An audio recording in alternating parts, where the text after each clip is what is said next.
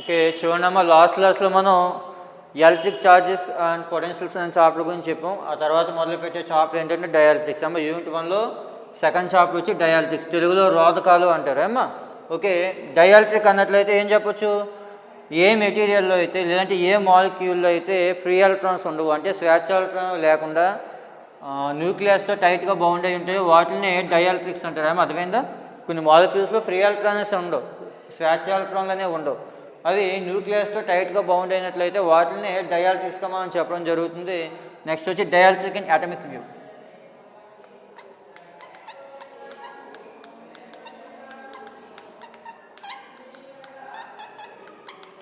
అయితే చూడండి, డయాలక్ట్రిక్స్లో free electrons అనేవి ఉండవు కదా, మరి అందులో కరెంట్ అనేది ఎలా ఫ్లో అవుతుంది అన్నట్లయితే అక్కడ ఉన్నటువంటి ఎలక్ట్రాన్స్ అనేవి టూ అండ్ ఫ్రో ఆసిలేషన్ చేయడం ద్వారా. అయితే నార్మల్ కండక్టర్తో పోల్చుకున్నట్లయితే డయాలక్ట్రిక్లో వెళ్ళేటువంటి కరెంట్ నెగ్లిజిబుల్ అనమాట అమ్మా. ఇందులో ఉన్నటువంటి electrons two and fro oscillations, అంటే ముందుకి వెనక్కి ఆసిలేషన్ చేయడం ద్వారా, ఎలక్ట్రిక్ ఫీల్డ్లో పెట్టినప్పుడు ముందుకి వెనక్కి ఆసిలేషన్ చేయడం ద్వారా ఇందులో ఎలక్ట్రిసిటీ అనేది పాస్ అవ్వడం జరుగుతుంది అనమాట. మా తర్వాత వచ్చి డయాలక్ట్రిక్ ఇన్ అటామిక్ వ్యూ. ఏదైనా ఒక యాటమ్ తీసుకున్నట్లయితే, ఒక పరమాణువుని తీసుకున్నట్లయితే అందులో ఒక పాజిటివ్ ఛార్జ్ న్యూక్లియస్ ఉంటుంది అవునమ్మా. అంటే ఒక యాటంలో ఉన్నటువంటి మొత్తం పాజిటివ్ ఛార్జ్ అంతా కూడా న్యూక్లియస్లో కాన్సన్ట్రేట్ అవ్వడం జరుగుతుంది, దాన్ని ధనావేశ కేంద్రంగా కూడా మనం చెప్పవచ్చు. అలాగే దాని చుట్టూ ఎలక్ట్రాన్స్ అనేవి రివాల్వ్ అవ్వడం జరుగుతుంది. ఈ నెగిటివ్ ఛార్జ్డ్ ఎలక్ట్రాన్స్ యొక్క మొత్తం నెగిటివ్ ఛార్జ్ సెంటర్ అంతా కూడా ఎక్కడో చోట యాక్ట్ చేయడం జరుగుతుంది. అర్థమైందా? అంటే ఒక యాటంలో పాజిటివ్ ఛార్జ్ సెంటర్ ఒకటి, అలాగే నెగిటివ్ ఛార్జ్డ్ సెంటర్ ఒకటి, రెండు సెంటర్లు అనేవి ఉండడం జరుగుతుంది. అర్థమైందా? ఇప్పుడైతే పాజిటివ్ ఛార్జ్ సెంటర్ అలాగే నెగిటివ్ ఛార్జ్ సెంటర్ రెండు కోఇన్సిడెన్స్ అయినాయి అనుకోండి, అంటే రెండు ఒక చోట యాక్ట్ చేస్తున్నాయి అనుకోండి, దాన్ని నాన్ పోలార్ మాలిక్యూల్గా మనం చెప్పవచ్చు. అదేవిధంగా ఏ మాలిక్యూల్స్ అయితే positive charge centre negative charge centre రెండు కోఇన్సిడెన్స్ అయినాయో వాటిని నాన్ పోలార్ మాలిక్యూల్స్గా మనం చెప్పొచ్చు. అర్థమైందా? లేదు నాన్ పోలార్ డయాలక్ట్రిక్స్గా కూడా మనం చెప్పొచ్చు. అలాగే ఏ యాటమ్స్లో అయితే positive charge centre negative charge centre రెండు కోఇన్సిడెన్స్ అవ్వలేదు వాటిని పోలార్ మాలిక్యూల్స్గా, లేదు పోలార్ డయాలక్ట్రిక్స్గా మనం చెప్పొచ్చు. అర్థమైందా? ఇక్కడ నాన్ పోలార్ మాలిక్యూల్స్కి ఎగ్జాంపుల్స్ ఏంటి అన్నట్లయితే H2O2 ఇలాంటి వాటిని మనం ఎగ్జాంపుల్స్గా చెప్పవచ్చు. అలాగే పోలార్ డయాలక్ట్రిక్స్కి HCl కానీ H2O కానీ ఇలాంటి వాటిని ఎగ్జాంపుల్స్గా చెప్పవచ్చు. అర్థమైంది? ఈ నాన్ పోలార్ మాలిక్యూల్స్కి ఏంటంటే డైపోల్ మూమెంట్ అనేది ఉండదు. అర్థమైందమ్మా? వీటిలో పర్మనెంట్ డైపోల్ మూమెంట్ అనేది ఉండదు, దీనికి ఎలక్ట్రిక్ ఫీల్డ్లో పెట్టినట్లయితేనే డైపోల్ మూమెంట్ అనేది రావడం జరుగుతుంది. ఈ పోలార్ డయాలక్ట్రిక్స్కి ఏంటన్నట్లయితే పర్మనెంట్ డైపోల్ మూమెంట్ అనేది ఉండడం జరుగుతుంది. అర్థమైందా? ఓకే, నెక్స్ట్ వచ్చి non polar dielectrics placed in a electric field. అమ్మా నెక్స్ట్ కాన్సెప్ట్ వచ్చి non polar dielectrics in a electric field.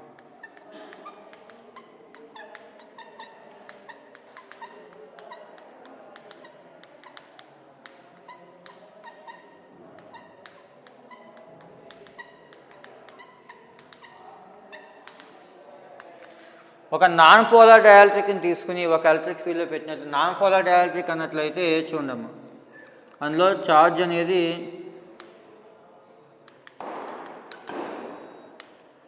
ఇలా అమ్మా ర్యాండమ్గా స్ప్లిట్ అయి ఉందనుకోండి,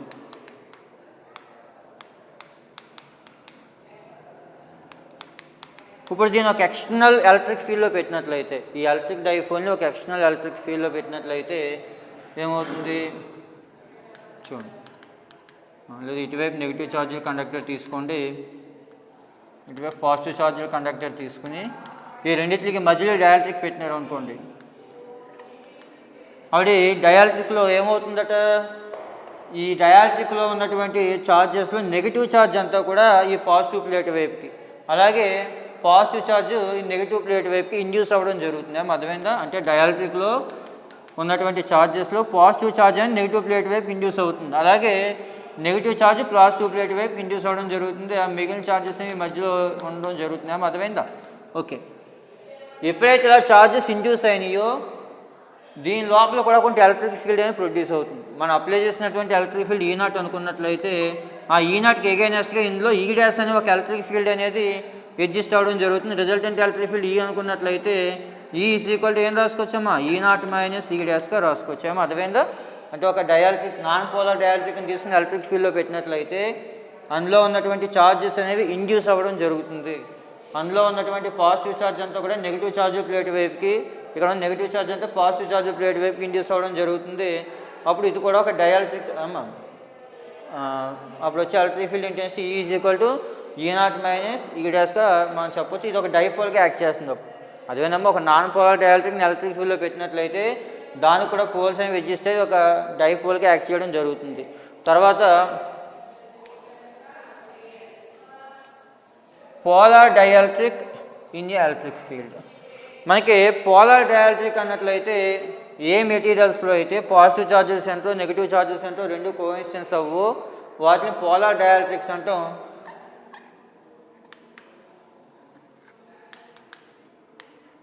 అంటే దానికి ఆల్రెడీ ఛార్జెస్ అనేవి సెపరేట్ అయిపోయి ఉంటాయి, కాకపోతే అవి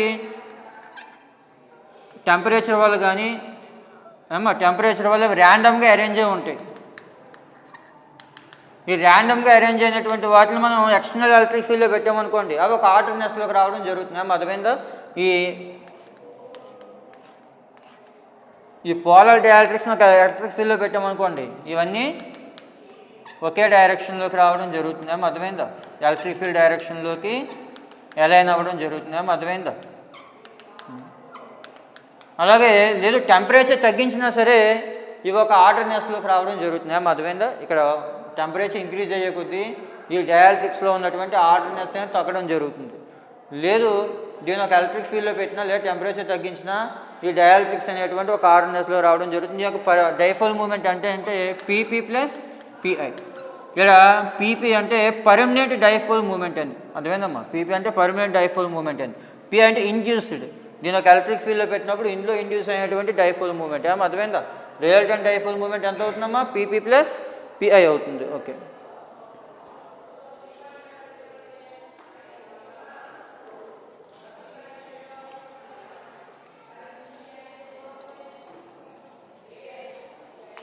ఓకే నెక్స్ట్ కాన్సెప్ట్ వచ్చి ఎలక్ట్రిక్ డైపోల్.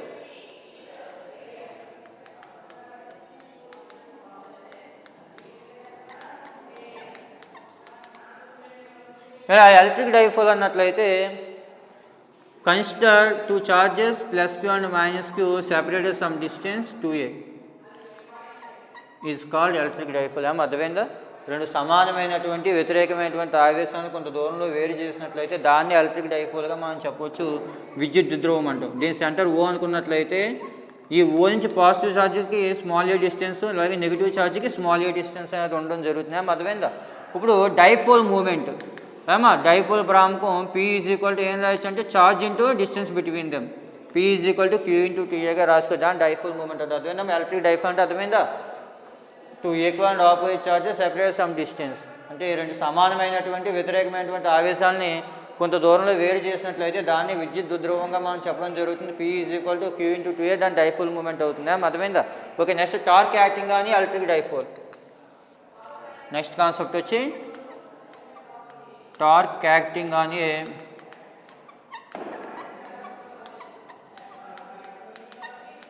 Electric dipole.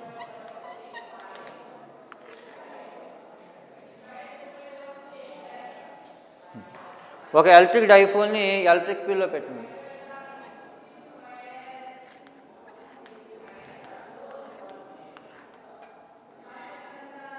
ఇది ప్లస్ క్యూ మైనస్ క్యూ అనుకోండి, సెంటర్ ఓ అనుకోండి, ఈ డిస్టెన్స్ 2a. ఇప్పుడు ఇక్కడ కొంచెం నార్మల్ డ్రా చేయండి. ఇది ఏ, ఇది బి, ఇది సి అనుకోండి. ఇప్పుడు ఇది ఎలక్ట్రిక్ ఫీల్డ్తో థీటా యాంగిల్ చేస్తుంది అనుకుంటే ఈ యాంగిల్ కూడా థీటా అవుతుంది. ఈ plus give me the electric field వల్ల యాక్ట్ చేసే ఫోర్స్ ఎంత ఈక్యూ. ఎందుకంటే మనకి ఎలక్ట్రిక్ ఫీల్డ్ ఇంటెన్సిటీ ఈ ఈజ్ ఈక్వల్ టు ముందర జాబ్లో చెప్పుకున్నాం F/Q0 లేదా F is equal to EQ0. అంటే ఏమన్నా ఒక ఛార్జ్ మీద పనిచేసేటువంటి ఫోర్స్ ఎంత ఎలక్ట్రిక్ ఫీల్డ్ వల్ల F ఈక్వల్ టు EQ0. అంటే ఇక్కడ ఈ ఛార్జ్ మీద యాక్ట్ చేసే force F is equal to plus EQ అవుతుంది. ఈ ఛార్జ్ మీద పనిచేసే force F is equal to minus EQ అవుతుంది. అర్థమైందా. ఇప్పుడు అలాగే ఏసీ వాల్యూ ఎంతో ఫైండ్ అవుట్ చేద్దాం. ట్రయాంగిల్ ఏబీసీ నుంచి sine theta value find out చేస్తే సైన్ థీటా ఈక్వల్ టు ఏమవుతుందమ్మా ఆపోజిట్ సైడ్ బై హైపోసిస్ కదా, అంటే ఏసీ బై ఏబీ. అంటే AC is equal to AB sine theta. AB అంటే 2a కదా, ఏసీ ఈక్వల్ టు ఎంత వచ్చిందమ్మా 2a sine theta. Force value ఎంత వచ్చింది మనకి, magnitude of force EQ.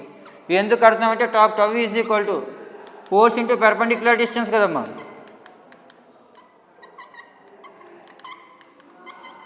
Force ఈక్యూను పెర్పెండిక్యులర్ డిస్టెన్స్ ఎంత 2a sine theta.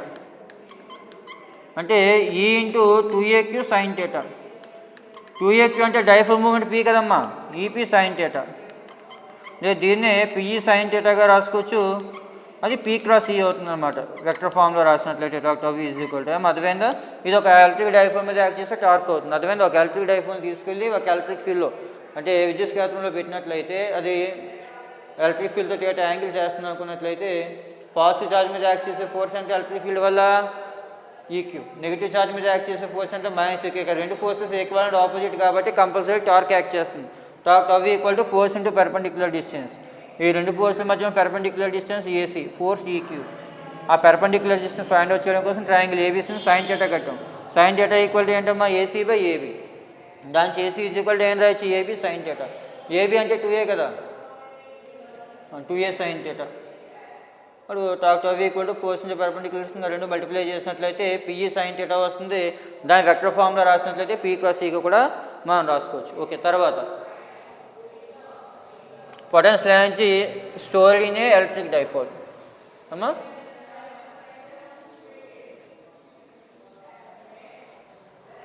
Next concept వచ్చి potential energy of electric dipole.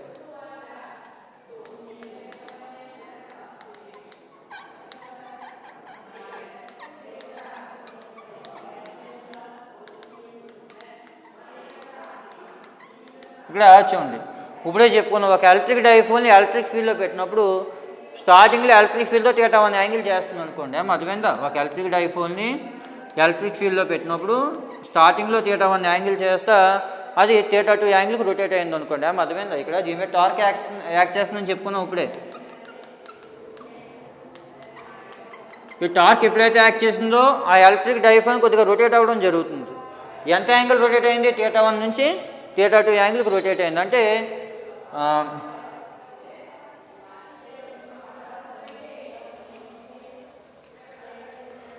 ఇప్పుడు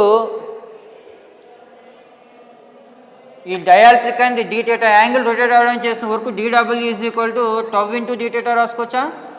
ఎందుకంటే వర్క్ ఈజ్ ఈక్వల్ టు ఏంటమ్మా మనకి force into displacement. W equal to F into dx linear మోషన్లో అయితే, ఇక్కడ సర్క్యులర్ మోషన్లోకి వస్తుంది కాబట్టి డబ్ల్యూ ఈజ్ ఈక్వల్ టు ఏం రాయొచ్చమ్మా టవ్ ఇంటూ డి థీటాగా రాసుకోవచ్చు.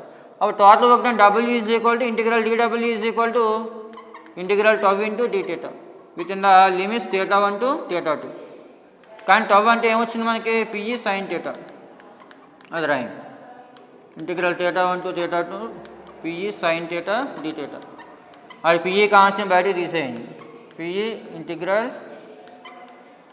Sign theta d theta. Integral sine theta అంటే ఏంటమ్మా మైనస్ కాస్ థీటా కదా. మళ్ళీ PE minus cos theta within the limits theta 2 theta 1. దీన్నే minus PE cos theta theta 2 theta 1గా రాసుకోవచ్చు. ఏమో లిమిట్స్ అప్లై చేశారనుకో minus PE cos theta 2 minus cos theta 1. ఈ మైనస్ లోపల పంపేస్తే PE cos theta 1 minus cos theta 2. ఏమో work done W is equal to ఏమొచ్చింది PE cos theta 1 minus cos theta 2. ఈ వర్కే మా పొటెన్షియల్ ఎనర్జీ రూపంలో స్టోర్ అవుతుంది కాబట్టి యూ ఈజ్ ఈక్వల్ టు ఏం రాయొచ్చమ్మా PE cos theta 1 minus cos theta 2.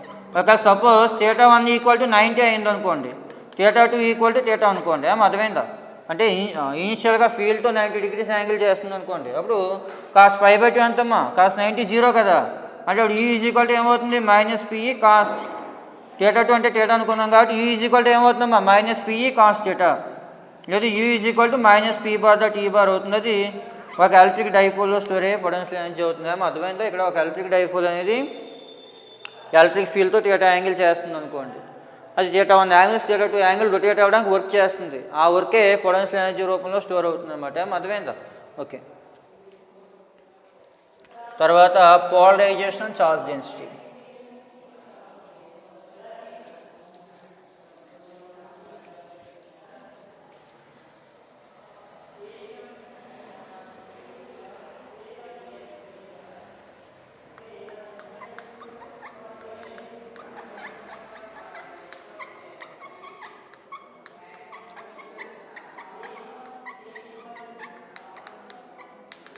ఏమా ఇక్కడ పోలరైజేషన్ అంటే చూడండి, ఒక ఎలక్ట్రిక్ డైపోల్ని తీసుకుని ఒక డైఎలక్ట్రిక్ని తీసుకుని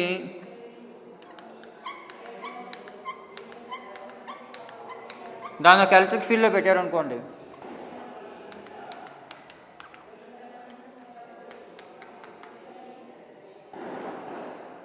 దాని ఒక ఎలక్ట్రిక్ ఫీల్డ్లో పెట్టినట్లయితే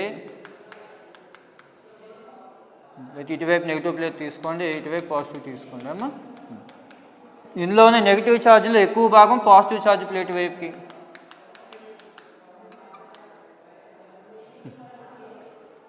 చూడండి, ఇది నెగిటివ్ ఛార్జ్ ప్లేట్ అనుకోండి, పాజిటివ్ ఛార్జ్ ప్లేట్ అనుకోండి అమ్మా. ఈ డైఎలక్ట్రిక్లో ఉన్నటువంటి పాజిటివ్ ఛార్జ్ కొద్దిగా ఈ నెగిటివ్ ప్లేట్ వైపుకి స్ప్లిట్ అవ్వడం జరుగుతుంది. అలాగే ఇందులో ఉన్నటువంటి నెగిటివ్ ఛార్జ్లో ఎక్కువ భాగం పాజిటివ్ ఛార్జ్ ప్లేట్ వైపుకి స్ప్లిట్ అవుతుంది. అర్థమైందా?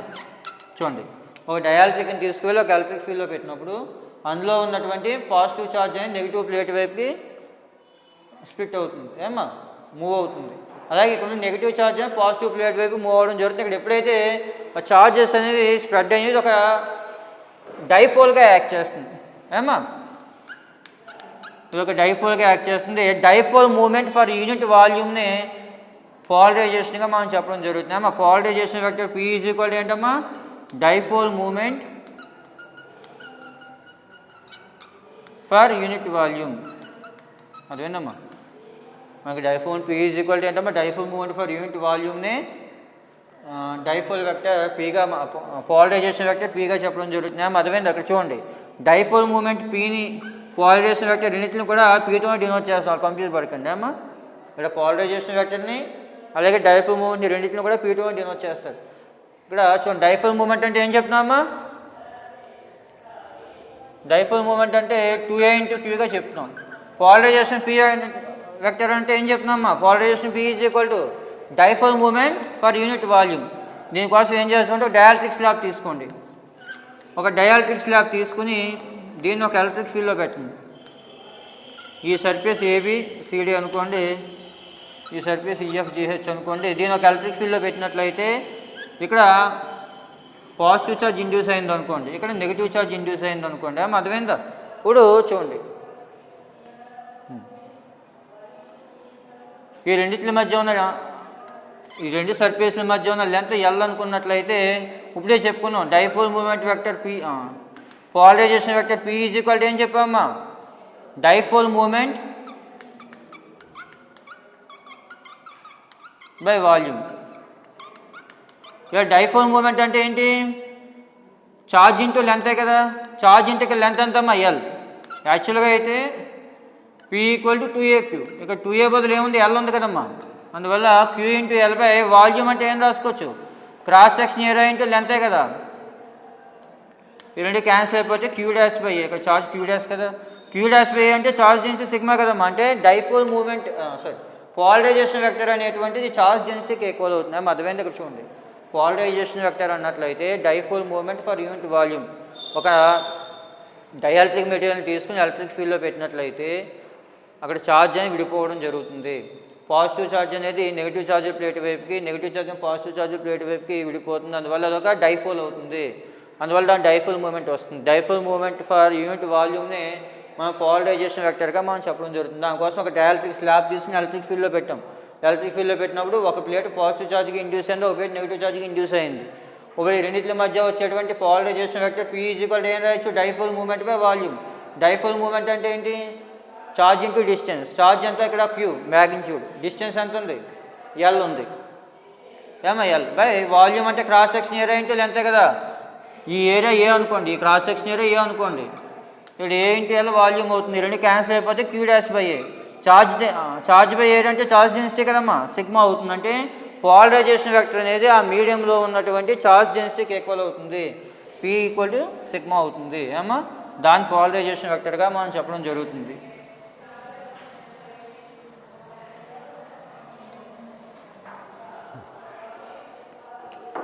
తర్వాత డైఎలక్ట్రిక్ కాన్స్టెంట్.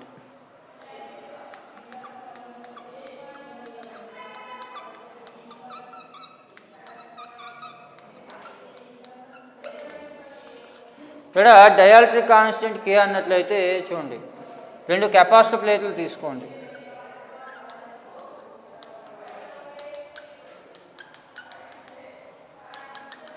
ఏమో 2 కెపాసిటర్ ప్లేట్లు తీసుకుని ఆ 2 కెపాసిటర్ ప్లేట్ల మధ్య డైఎలక్ట్రిక్ ఉన్నప్పుడు కెపాసిటెన్స్ సి అనుకోండి. అర్థమైందా? ఇలా 2 కెపాసిటర్ ప్లేట్ల మధ్య డైఎలక్ట్రిక్ పెట్టింది. డైఎలక్ట్రిక్ పెట్టినప్పుడు ఉన్నటువంటి కెపాసిటెన్స్ సి అనుకోండి. అలాగే డైఎలక్ట్రిక్ లేనప్పుడు ఉన్నటువంటి కెపాసిటెన్స్ C0 అనుకోండి.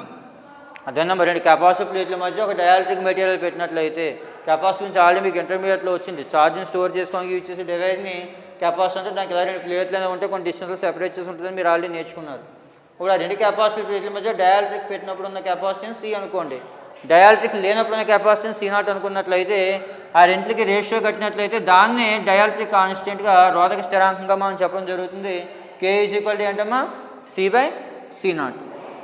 లేదు మనం కూలుంబ్స్ లా ప్రకారం ఫోర్స్ F = 2 చార్జెస్ మధ్య యాక్ట్ చేసే force F = F0 1/4πε0 Q1 Q2/r². ఇది కూడా ఫ్రీ పేస్లో. అలా కాకుండా ఒక మీడియంలో పెట్టినట్లయితే యాక్ట్ చేసే ఫోర్స్ F = 1/4πε Q1 Q2/r² అనుకుని రెంట్లకి రేషియో కట్టారనుకోండి, అది కూడా మనకి డైఎలక్ట్రిక్ కాన్స్టెంట్ అవుతుంది. K = F0/F = 1/4πε0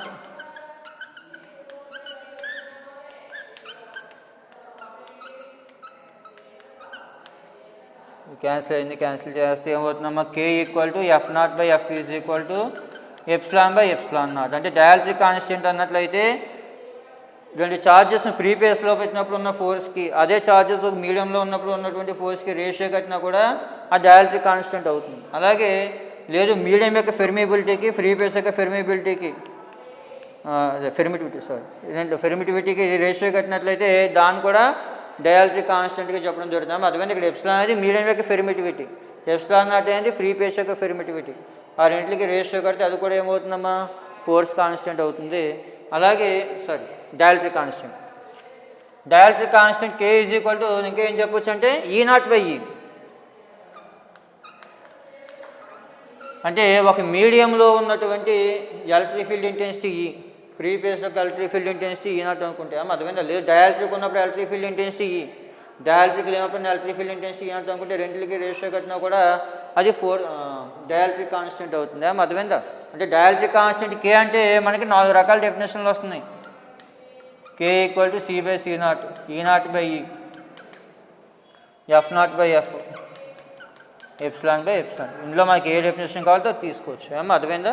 2 కెపాసిటర్ ప్లేట్ల మధ్య డైఎలక్ట్రిక్ ఉన్నప్పుడు అలాగే లేనప్పుడు కెపాసిటెన్స్లకి రేషియో కడితే అది డైఎలక్ట్రిక్ కాన్స్టెంట్ అవుతుంది. లేదు 2 కెపాసిటర్ ప్లేట్ల మధ్య డైఎలక్ట్రిక్ లేనప్పుడు ఉన్నటువంటి ఎలక్ట్రిక్ ఫీల్డ్ ఇంటెన్సిటీకి ఉన్నప్పుడు ఉన్న ఎలక్ట్రిక్ ఫీల్డ్ ఇంటెన్సిటీకి రేషియో కట్టినా కూడా అది డైఎలక్ట్రిక్ కాన్స్టెంట్ అవుతుంది. అలాగే 2 ఛార్జెస్ని ప్రీ పేస్లో పెట్టినప్పుడు అలాగే డైఎలక్ట్రిక్ మీడియంలో పెట్టినప్పుడు ఉన్నటువంటి ఫోర్స్కి రేషియో కట్టినా కూడా డైఎలక్ట్రిక్ కాన్స్టెంట్ అవుతుంది. అలాగే మీడియం యొక్క ఫెర్మిటివిటీకి ఫ్రీ పేస్ యొక్క ఫెర్మిటివిటీకి రేషియో కట్టినట్లయితే అది కూడా డైఎలక్ట్రిక్ కాన్స్టెంట్ అవుతుంది. అర్థమైందా? తర్వాత డైఎలక్ట్రిక్ ససెప్టబిలిటీ.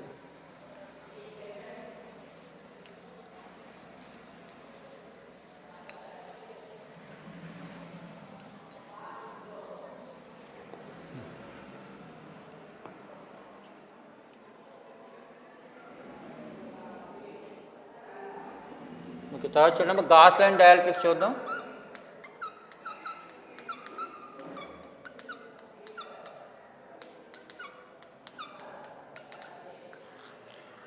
ఓకే, ఆల్రెడీ మనం గాస్లా తెలుసు. గాస్లా ఏంటి?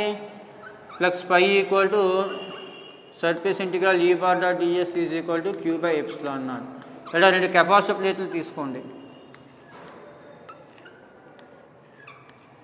ఒక కెపాసిటర్ ప్లేట్ని పాజిటివ్ చార్జ్ చేయండి, ఒక కెపాసిటర్ ప్లేట్ని నెగిటివ్ చార్జ్ చేయండి. అర్థమైందా? ఇప్పుడు దీనివల్ల వచ్చే ఎలక్ట్రిక్ ఫీల్డ్ ఇంటెన్సిటీ అనుకోండి, E0 అనుకోండి. లేకపోతే మధ్యలో డైఎలక్ట్రిక్ లేదు కాబట్టి దానివల్ల వచ్చే ఎలక్ట్రిక్ ఫీల్డ్ ఇంటెన్సిటీ E0 అనుకుని ఇప్పుడు దీని చుట్టూ ఒక గాసియన్ సర్ఫేస్ ఊహించుకోండి. గాసియన్ సర్ఫేస్ ఊహించుకుంటే ఇక్కడ ఉన్న ఛార్జ్ +Q, ఇక్కడ ఉన్న ఛార్జ్ -Q. ఇప్పుడు ఈ పై సర్ఫేస్ వల్ల వచ్చేటువంటి ఎలక్ట్రిక్ ఫీల్డ్ ఇంటెన్సిటీ ఎంతో మనం ఫైండ్ అవుట్ చేద్దాం గాస్లో ఉపయోగించుకుని. మనకు psi equal to E bar dot DS bar is equal to Q by epsilon naught. లేదు దాన్ని EDS cos theta equal to Q by epsilon naught. ఇక్కడ ఈ కాన్స్టెంట్ ఏమా. అలాగే కాస్ థీటా వాల్యూ ఎంత అవుతుందంటే 1 అవుతుంది, ఎందుకంటే theta equal to 0 degrees. Theta equal to 0 కాబట్టి కాస్ థీటా 1 అవుతుంది. ఈ కాన్స్టెంట్ బయటకు తీసేస్తే E into DS is equal to Q by epsilon naught. Surface integral DS అన్నట్లయితే ఈ ప్లేట్ యొక్క ఏరియా ఏ అనుకోండి ఏమో, మొత్తం ఏరియా ఏ అనుకుంటే E into A is equal to Q by epsilon naught. ఇక్కడ రెండు కెపాసిటర్ ప్లేట్ల మధ్య డయాలక్ట్రిక్ లేదు కాబట్టి ఈ బదులు ఏం రాయాలి, ఈ నాట్ రాయాలి ఏమా. అది E naught is equal to Q by A epsilon naught. అదేమైనా రెండు కెపాసిటర్ ప్లేట్ల మధ్య డయాలక్ట్రిక్ లేనప్పుడు ఉన్నటువంటి electric field intensity E naught is equal to ఎంత వస్తుందమ్మా, Q by A epsilon not.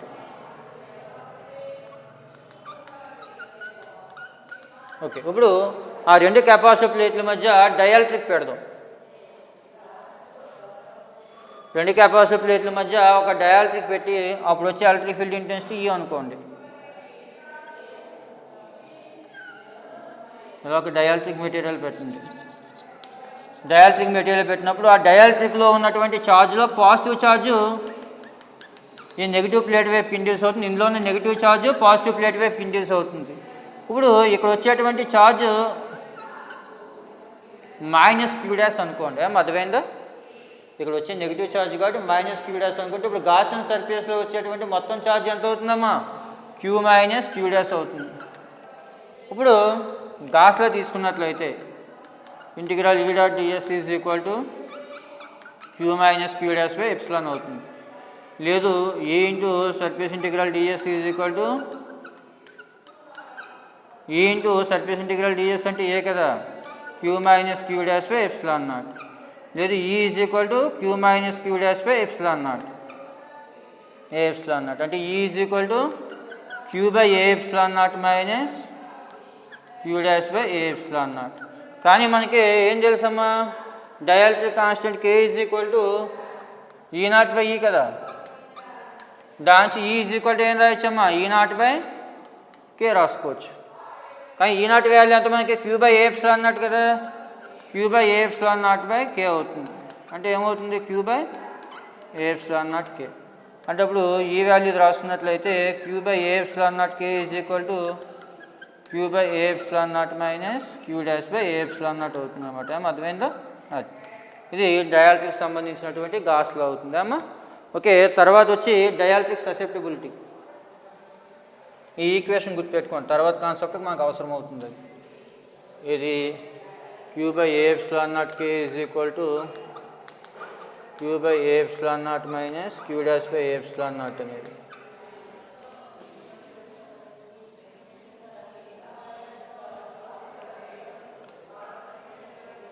తర్వాత డయాలక్ట్రిక్ ససెప్టిబిలిటీ.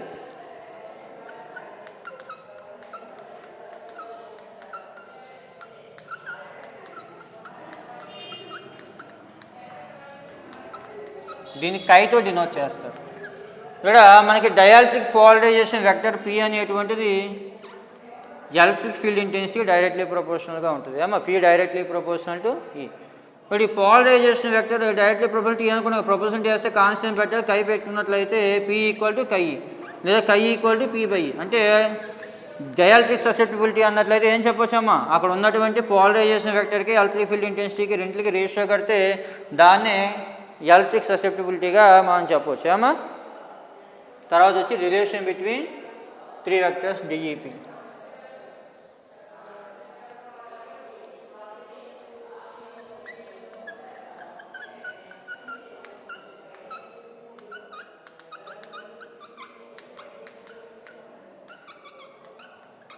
అమ్మా చాలా important question. Relation between D E P. D అంటే డిస్ప్లేస్మెంట్ వెక్టర్, ఈ అంటే ఎలక్ట్రిక్ ఫీల్డ్ ఇంటెన్సిటీ, పి అంటే పోలరైజేషన్ వెక్టర్. ఆల్రెడీ మనం చెప్పుకున్నాం. ఇక్కడ పోలరైజేషన్ వెక్టర్ అంటే ఏం చెప్పాం, dipole moment per unit volume అని చెప్పాం. పి అంటే ఈ అంటే ఎలక్ట్రిక్ ఫీల్డ్ ఇంటెన్సిటీ ఏం చెప్పొచ్చు, ద ఫోర్స్ యాక్టింగ్ కానీ యూనిట్ పాజిటివ్ ఛార్జ్ ఏమో. అలాగే డిస్ప్లేస్మెంట్ వెక్టర్ అన్నట్లయితే ఏదన్నా ఒక సర్ఫేస్లో ఒక ఫ్రీ ఛార్జ్ తీసుకున్నట్లయితే దాని నుంచి బయటికి వెళ్ళేటువంటి ఎలక్ట్రిక్ లైన్స్ని అదేందమ్మా మనం డిస్ప్లేస్మెంట్ వెక్టర్గా మనం చెప్పడం జరుగుతుంది. అదేందమ్మా the number of electric line passes through surface is called displacement వెక్టర్గా మనం చెప్పొచ్చు. ఇప్పుడు ఈ ఈక్వేషన్ తీసుకోండి.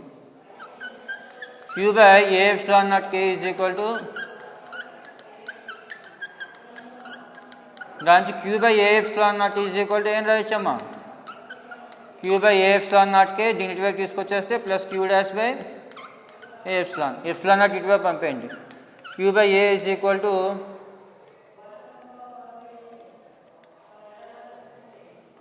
epsilon naught into Q by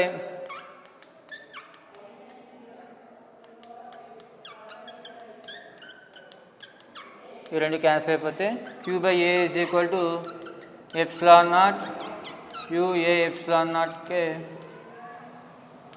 plus Q dash by A. ఏమో ఇందులో Q by Aనే డిస్ప్లేస్మెంట్ వెక్టర్ అంటారు. ఏమో D is equal to epsilon naught E. ఏమో Q by A epsilon naught K అంటే E కదా, plus Q dash by A అంటే దాని polarisation vector అంటారు. అంటే displacement vector D is equal to ఏం రాయొచ్చమ్మా? ఎప్సిలాన్ నాట్ ఈ ప్లస్ పీగా రాయొచ్చు. ఇంపార్టెంట్ రిలేషన్ మీద ఇక్కడ మనకి గాస్ల డెఫినేషన్ నుంచి ఈక్వేషన్ డెరైవ్ చేసాం. మనకు కావాల్సినటువంటి ఈ ఈక్వేషన్ డెరైవ్ చేయడం కోసం Q by A epsilon naught is equal to ఏం రాయొచ్చమ్మా? Q by A ఎప్సిలాన్ నాట్కే ప్లస్ దీని ఇటువైపు తీసుకొచ్చి కలిపేయండి. ఈ ఎప్సిలాన్ నాట్ ఇటువైపు పంపండి. ఎప్సిలాన్ నాట్ ఇటువైపు పంపితే epsilon naught into Q by A epsilon నాట్కే plus epsilon naught into Q dash by epsilon ఈ రెండు క్యాన్సిల్ అయిపోతాయి. Q డాష్ బై A అంటే పోలరైజేషన్ వెక్టర్ P రాయొచ్చు. అలాగే Q by A epsilon naught K అంటే ముందర ఈక్వేషన్లో మనం నేర్చుకున్నాం E అని. అలాగే Q by A అంటే డిస్ప్లేస్మెంట్ వెక్టర్ D అనమాట. అంటే D equal to epsilon naught E plus Pగా రాయొచ్చు. అది డిఈపీల మధ్య రిలేషన్ అవుతుంది. ఏమో అర్థమైందా? ఓకే ఓకే తర్వాత కాన్సెప్ట్ వచ్చామా relation between dielectric constant and susceptibility.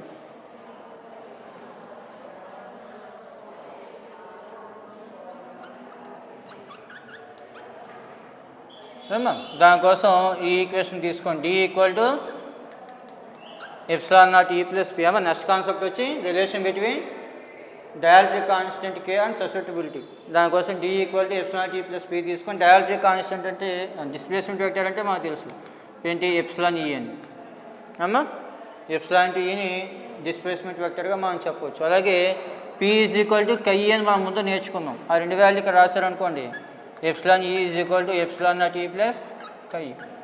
లేదు రెండు వైపులో ఎప్సిలాన్ నాట్తో డివైడ్ చేసామనుకోండి epsilon into E by epsilon naught equal to E plus రెండు వైపులో E క్యాన్సిల్ చేసేయండి.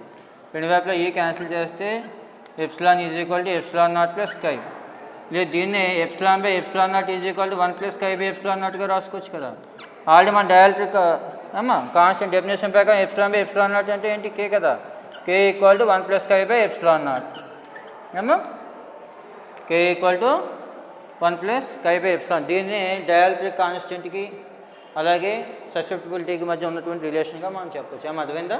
D equal to epsilon E plus P తీసుకుని D అంటే ఎప్సిలాన్ E రాసుకోవచ్చు డిస్ప్లేస్మెంట్ వెక్టర్. P అంటే Chi ఇంటూ E రాసుకుని రెండు వైపులో E క్యాన్సిల్ చేసేసాం. Epsilon equal to epsilon naught plus Eగా రాసుకోవచ్చు. ఎప్సిలాన్ ఎలా రాసుకుని అయితే ఓకే. అది epsilon by epsilon naught equal to 1 plus Chi by epsilon not.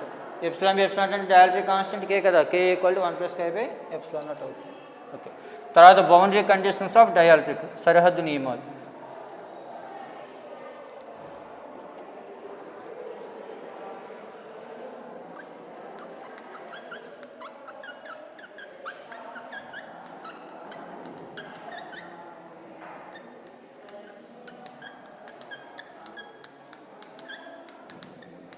మేము ఇక్కడ చూడండి బౌండరీ కండిషన్స్ ఆఫ్ డైఎలక్ట్రిక్స్ అన్నట్లయితే రెండు వేరువేరు డైఎలక్ట్రిక్ మెటీరియల్స్ని కలిపినప్పుడు ఆ బౌండరీ దగ్గర డిస్ప్లేస్మెంట్ వెక్టర్ D అలాగే ఎలక్ట్రిక్ ఫీల్డ్ ఇంటెన్సిటీ E ఆ రెండు వెక్టర్లో ఏ విధంగా ఎఫెక్ట్ అవుతున్నాయి అవి ఏ విధంగా చేంజ్ అవుతున్నాయో చెప్పినట్లయితే వాటిని మనం బౌండరీ కండిషన్స్గా మనం చెప్పవచ్చు. అర్థమైందా?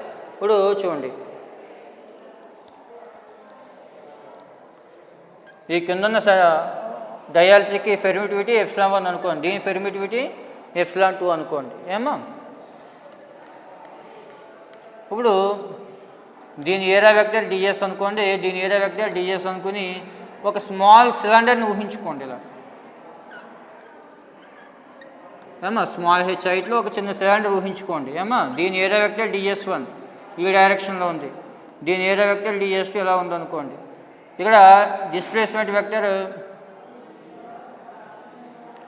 ఒక నార్మల్ కాంపోనెంట్ d1n అనుకోండి అమ్మా. ఇక్కడ డిస్ప్లేస్మెంట్ వెక్టర్ యొక్క కాంపోనెంట్ d2n అనుకోండి. అర్థమైందా? ఇక్కడ చూడండి,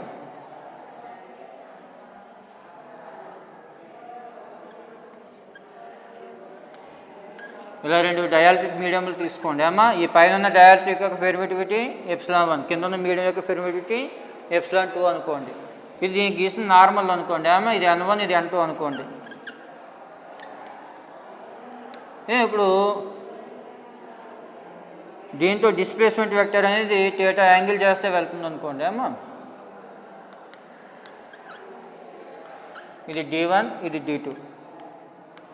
ఇప్పుడు దీనికి గాస్లో అప్లై చేసామనుకోండి. గాస్లో అప్లై చేసినట్లయితే surface integral E bar dot DS bar is equal to Q by epsilon naught, లేదు E ds equal to Q by epsilon, ఎందుకంటే ఇక్కడ θ 0 కాబట్టి.